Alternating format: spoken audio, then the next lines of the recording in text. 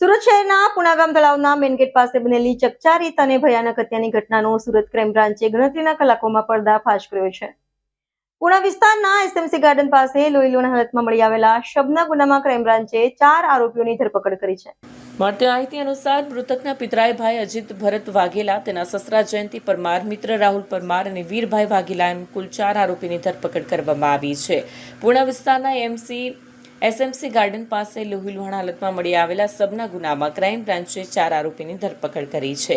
હત્યા પાછળ પત્ની સાથેના અનૈતિક સંબંધોની આશંકા અને કૌટુંબિક અડાવત મુખ્ય કારણ હોવાનું સામે આવ્યું છે. ગઈકાલે સાંજે 7:30 વાગ્યાની આસપાસ આ યુવકની લાશ મળી આવી હતી.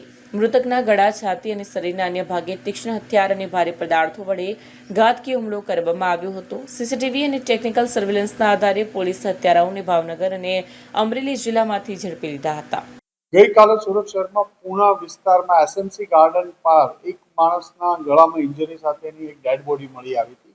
અનઆઇડેન્ટિફાઈડ ડેડ બોડી હોય અને ત્યાંથી ડેડ બોડી મળી આવતી તો અનડિટેક મર્ડરનો ગુનો દાખલ પૂણા પોલીસ સ્ટેશન દ્વારા તપાસ ચાલુ કરવામાં આવી હતી. અનડિટેક મર્ડરનો ગુનો પોલીસ કમિશનર સાહેબની સૂચનાથી ક્રાઇમ બ્રાન્ચ અને વિવિધ યુનિટો કામ કરી રહ્યા હતા.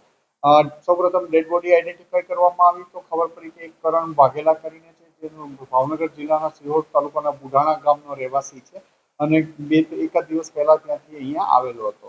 અને એના મર્ડરમાં સીસીટીવી અને ટેકનિકલ સર્વેલન્સ અને હ્યુમન ઇન્ટેલિજન્સ આધારે ખાતરી કરતા ક્રાઇમ બ્રાન્ચના પોલીસ ઇન્સ્પેક્ટર જયન ગોસ્વામી અને એમની ટીમના પીએસઆઈ દેસાણી અને પાટીને ઇન્ફોર્મેશન મળી હતી કે આમને જે મરણ જનાર છે એને એના કુટુંબિક ભાઈ જે સુરતમાં રહે છે અજીતની પત્ની સાથે અનૈતિક સંબંધ હોય અને જેના કારણે અજીત પોતાની વાઈફને લઈ 10-15 દિવસ પહેલા જ ત્યાંથી એના ગામથી અહીંયા રહેવા માટે આવી ગયેલો હતો.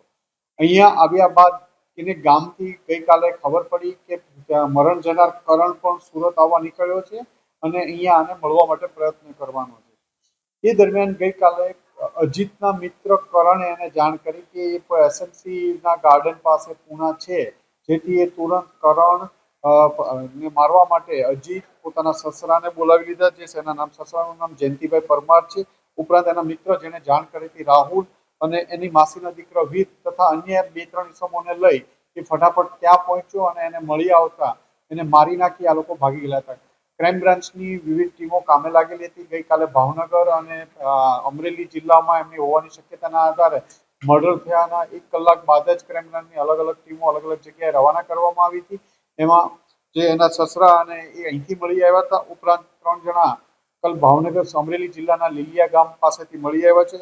ઉપરોક્ત ગુનામાં અજીત ભરતભાઈ વાઘેલા જે મુખ્ય આરોપી છે આ ગુનાનો, જેની પત્ની સાથે મરણ જનારના અનૈતિક સંબંધ હતા, એ કારણે અજીત ભારત વાઘેલા પકડાયો છે. જયંતિ પરમાર જે અજીતના સસરા થાય છે, જયંતિભાઈ જીનાભાઈ પરમાર, રાહુલ પરમાર એ અજીતના મિત્ર છે અને વીર વાઘેલા, આમ 4 ઇસમોની ધરપકડ કરવામાં આવી છે. આ લોકોની પૂછપરછ ચાલી રહી છે અને આગળની તપાસ ચાલુ છે.